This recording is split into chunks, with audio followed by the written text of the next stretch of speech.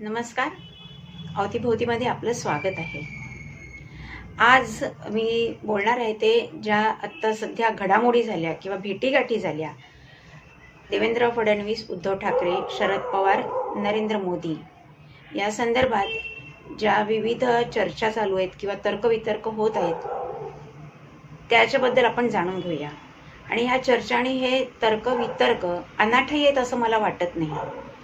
कारण हे दोन्ही नेते जे आहेत, म्हणजे उद्धव ठाकरे उबाठा शिवसेनेचे आणि राष्ट्रवादीचे सर्वेसर्वा शरद पवार, हे आपला फायदा असल्याशिवाय किंवा तितकंच महत्त्वाचं काम असल्याशिवाय कोणाच्या भेटीगाठींना स्वतःहून जात नाहीत. आणि हे स्वतःहून गेलेत. पहिला आपण बघूया की उद्धव ठाकरे आणि देवेंद्र फडणवीस यांची भेट. ज्या वेळेला विधानसभेच्या निवडणुकीमध्ये महायुतीला अभूतपूर्व यश मिळालं आणि महाविकास आघाडीचा दारुण पराभव झाला, तेव्हा अर्थातच आनंद तो कोणी महाविकासच्या नेत्यांनी व्यक्त केला नाही, कोतमन आहे त्यांचं.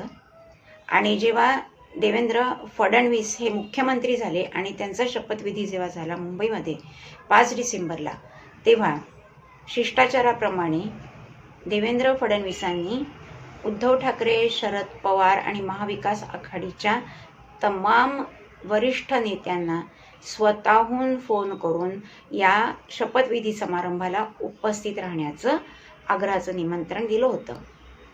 परंतु त्यांचं मन मोठं नसल्यामुळे आणि अपयश हे त्यांना पचवायला कठीण जात असल्यामुळे, तसंच दुसऱ्याच्या यशामध्ये सहभागी होण्याची वृत्तीच नसल्यामुळे महाविकास आघाडीपैकी कोणीही या शपथविधीला आलं नाही. इथे त्यांचा असंस्कृतपणा किंवा डिप्लोमसी नसल्याचं दिसून येतं.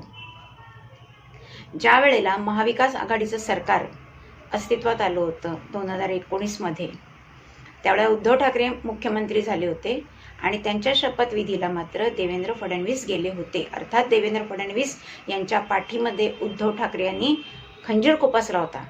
आणि ज्या वेळेला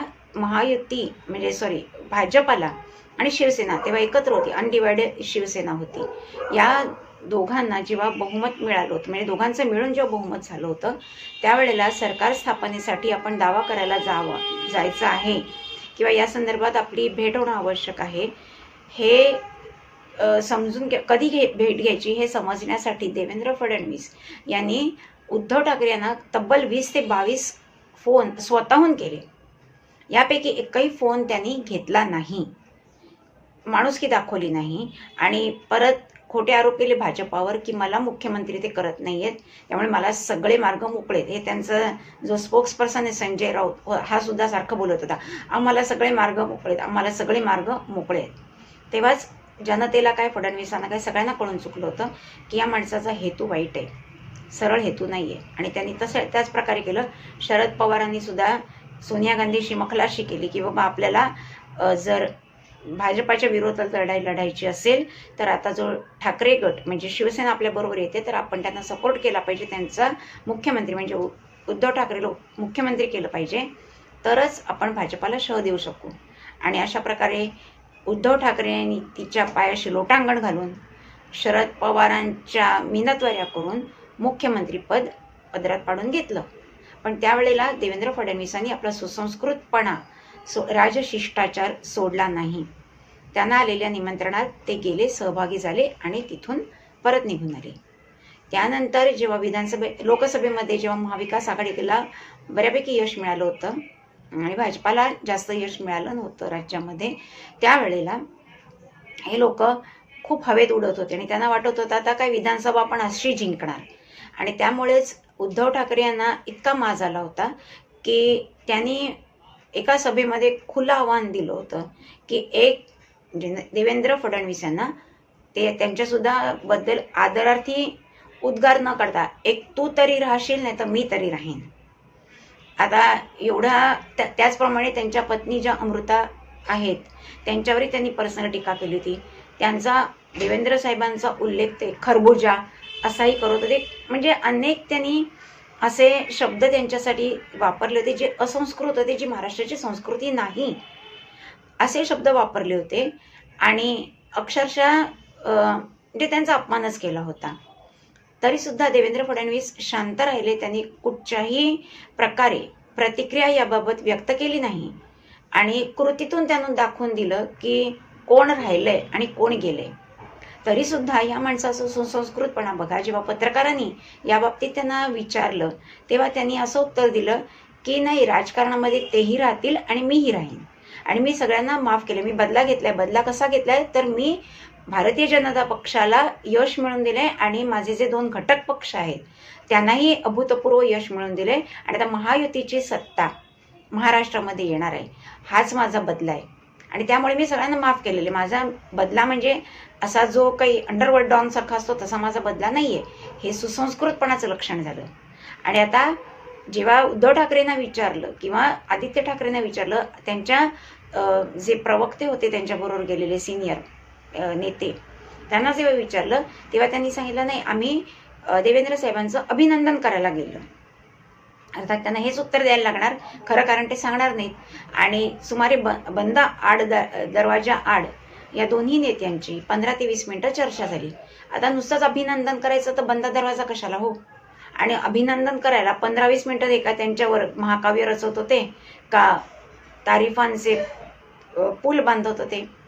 त्याचं खरं कारण असं आहे की गेल्या वर्षीच्या हिवाळी अधिवेशनात जेव्हा देवेंद्र फडणवीस उपमुख्यमंत्री आणि राज्याचे गृहमंत्री होते त्यावेळेला त्यांनी स्पेशल इन्व्हेस्टिगेटिव्ह टीम SIT ही दिशा सलेन आणि सुशांत सिंग राजपूत यांचे जो मृत्यू झाला त्याची चौकशी करण्यासाठी नेमण्याचे आदेश दिले आणि त्याप्रमाणे SIT स्थापनही झाली.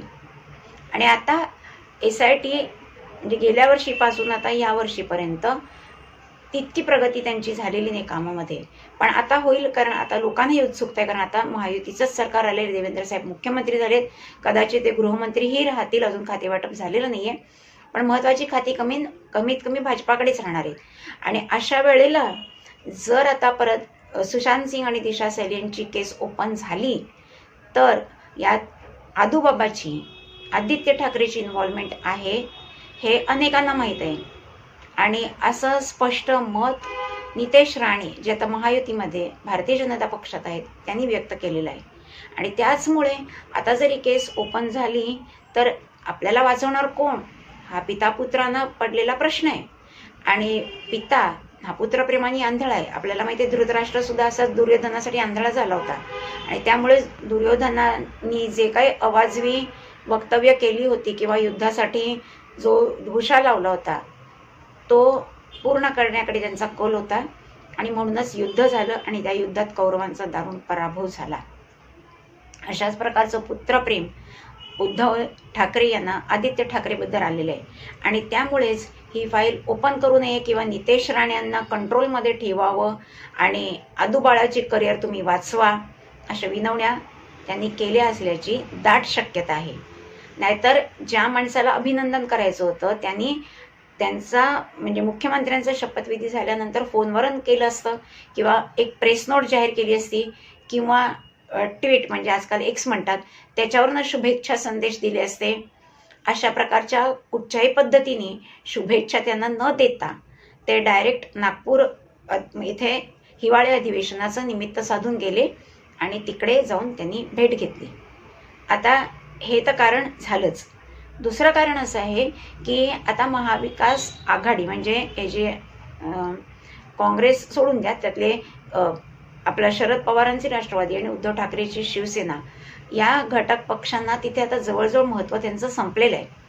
त्यांना तिकडे कोणीच विचारते. महाविकास आघाडीत कोणाचाच पायपोस कोणाच्या पायात नाही. प्रत्येकजण म्हणतो मीच काय तो श्रेष्ठ. आणि अशा प्रकारे ते एकमेकांना न विचारता आपापल्या पार्टीचे निर्णय घेऊन मोकळे होत आहेत. आणि आता यांचं संख्याबळही कमी आहे लोकसभेमध्ये दोन्ही पक्षांचं. त्यामुळे केंद्रातही त्यांना काही जास्ती वाव नाही आहे पुढे यायला. राज्यामध्ये तर फारच धुवा उडालेला आहे. त्यामुळे इथेही त्यांना राजकारण टिकून राहण्यासाठी अस्तित्वाची लढाई लढावी लागत आहे. आणि त्याचाच एक भाग म्हणून ते फडणवीसांना भेटले. आता तो सुसंस्कृत माणूस आहे आणि त्यामुळे त्यांनी ही भेट घेतली. आणि यावर आदित्य ठाकरे आणि उद्धव ठाकरे यांचं मत आहे की महाराष्ट्राचं राजकारण हे सुसंस्कृत आहे. ज्यांनी एवढी असंस्कृत वक्तव्य केली ते संस्कृत सुसंस्कृत आपलं राजकारण आहे असं सांगतात, किती विरोधाभास आहे आणि किती हास्यास्पद आहे.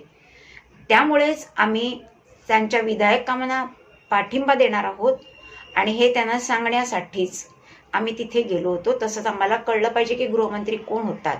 फक्त ह्यांना गृहमंत्री कोण होतात हे देवेंद्र साहेब का हो सांगतील? जेव्हा खाते वाटप जाहीर होईल तेव्हा सगळ्यांनाच सांगतील. हे कोण स्पेशल आहेत? पण यांना गृहमंत्री पदाच्या बद्दल काळजी पडली, कारण जो गृहमंत्री होईल त्याच्याकडेच दिशा सैलियन आणि सुशांत सिंग राजपूतची फाईल जाणार.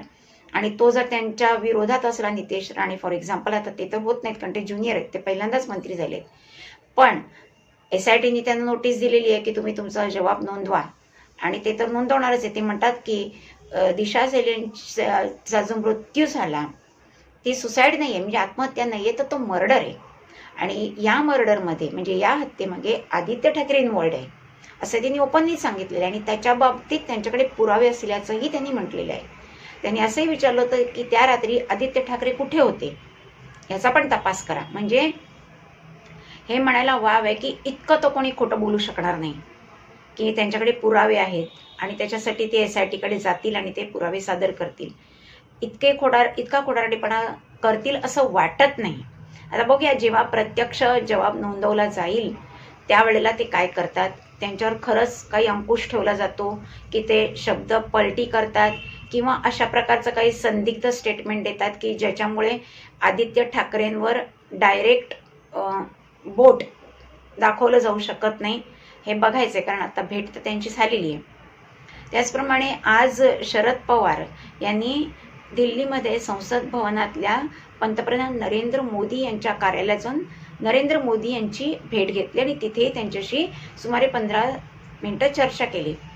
त्यांना जेव्हा विचारलं की तुम्ही भेट कशासाठी घेतली, तर त्यांनी असं कारण दिलं की फेब्रुवारी 2025मध्ये 21 ते 23 फेब्रुवारी या दरम्यान दिल्लीमध्ये मराठी साहित्य संमेलन होत आहे आणि त्या संमेलनाचे ते स्वागताध्यक्ष आहेत. आणि त्यामुळेच या संमेलनाचं उद्घाटन करण्यासाठी, विनंती करण्यासाठी ते नरेंद्र मोदी यांना भेटले आहेत. आता हे तर कारण त्यांना द्यायलाच पाहिजे. डायरेक्ट खरं कारण तर ते सांगू शकत नाहीत, सांगणारही नाहीत. तर दिल्लीमध्ये त्यांचं जे वजन कमी झालेलं आहे, राज्यात तर झालेलंच आहे, दिल्लीमध्ये कमी झाले, ते त्यांना टिकवून द्यायचं. आणि शरद पवार हा माणूस असा आहे की तो सत्तेपासून दूर नाही राहू शकत. तो सत्तेच्या आजूबाजूलाच राहू शकतो. आयदर स्वतःकडे सत्ता घेऊ शकतो किंवा जर स्वतःकडे सत्ता त्यांना नसेल मिळत तर जे सत्ताधारी आहेत त्यांच्या जवळपास राहून त्यांच्या छत्रछायेत राहणंच ते पसंत करतात. आणि त्याचमुळे आता मोदी सरकारला जेव्हा अधिक खासदारांची गरज आहे, संख्याबळ वाढवायचं आहे, त्यांना काय काय बिलं पास करून घ्यायची आहेत. यांचे 8 खासदार आहेत, उबाठाचे म्हणजे शिवसेनेचे काही 8-10 खासदार आहेत. तर हे यांचं जर बॅकिंग म्हणजे सपोर्ट जर भाजपाला मिळाला, कारण भाजपाच्या एका हाती सत्ता नाही आहे दिल्लीमध्ये, घटक पक्षांवरती अवलंबून आहे. आणि नितीश कुमार हे जे आहेत हे पलटी खाऊ आहेत असं म्हटलं जातं. बिहारचं इलेक्शन होईपर्यंत ते कदाचित मोदींबरोबर लॉयल राहतील, पण त्याच्यानंतर कदाचित ते काही गेम करू शकतात असं शक्यता वर्तवली जाते. आणि त्याचमुळे असं जर काही झालं तर यांच्याकडे अधिक खासदारांची सोय हवी आहे आणि त्याच्यासाठी कदाचित बार्गेनिंग करायला शरद पवार तिकडे गेले असावेत. तसंच आता जयंत पाटलांसाठी सुद्धा असं म्हटलं जात आहे, त्यात कितपत तथ्य आहे मला माहिती नाही, की जी एक जागा भरायची राहिली आपल्या मंत्रिमंडळामध्ये महाराष्ट्राच्या, ती कदाचित जयंत पाटलांना दिली जाण्याची शक्यता आहे. म्हणजे जयंत पाटील आपल्याला माहिती आहे राष्ट्रवादी शरद पवार गटाचे आहेत आणि ते शरद पवारांनंतरच दुसरे एक ज्येष्ठ मंत्री आहेत आणि किंवा नेते आपण म्हणूया, नेते. आणि आता ते जर समजा राजी खुशी भाजपाकडे किंवा अजित पवारांकडे गेले तर राष्ट्रवादी शरद पवार गटाकडे कोणताही सिनियर नेता राहणार नाही. आणि अशामध्ये त्यांच्या पक्षाचं अस्तित्व टिकवून ठेवणं ही एक त्यांना मोठी कसोटी आहे.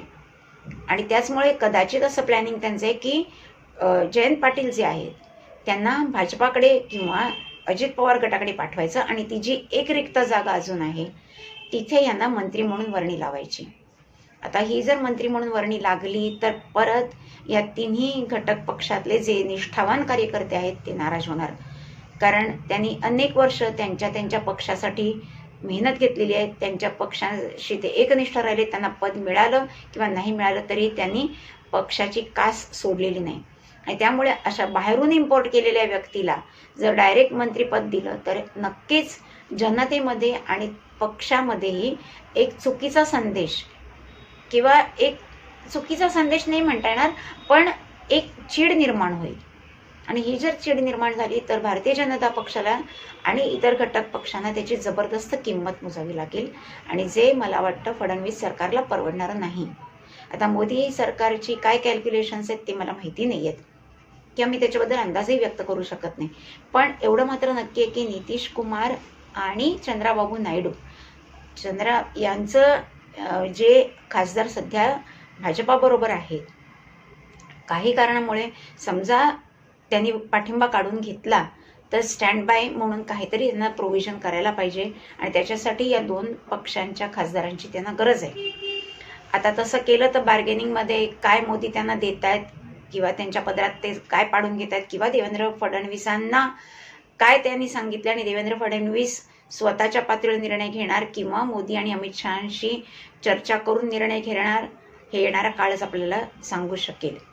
आणि असं जर झालं तर मात्र ते योग्य, कारण उबाठाला कदापि जवळ करण्यात अर्थ नाही. आता विधानसभेमध्ये ज्या 20 जागा मिळाल्यात उबाठाला, त्यातल्या 10 जागा तर कोणामुळे मिळाल्यात हे आपल्याला माहिती आहे. कोणामुळे मिळालेत? राज ठाकरे यांच्यामुळे.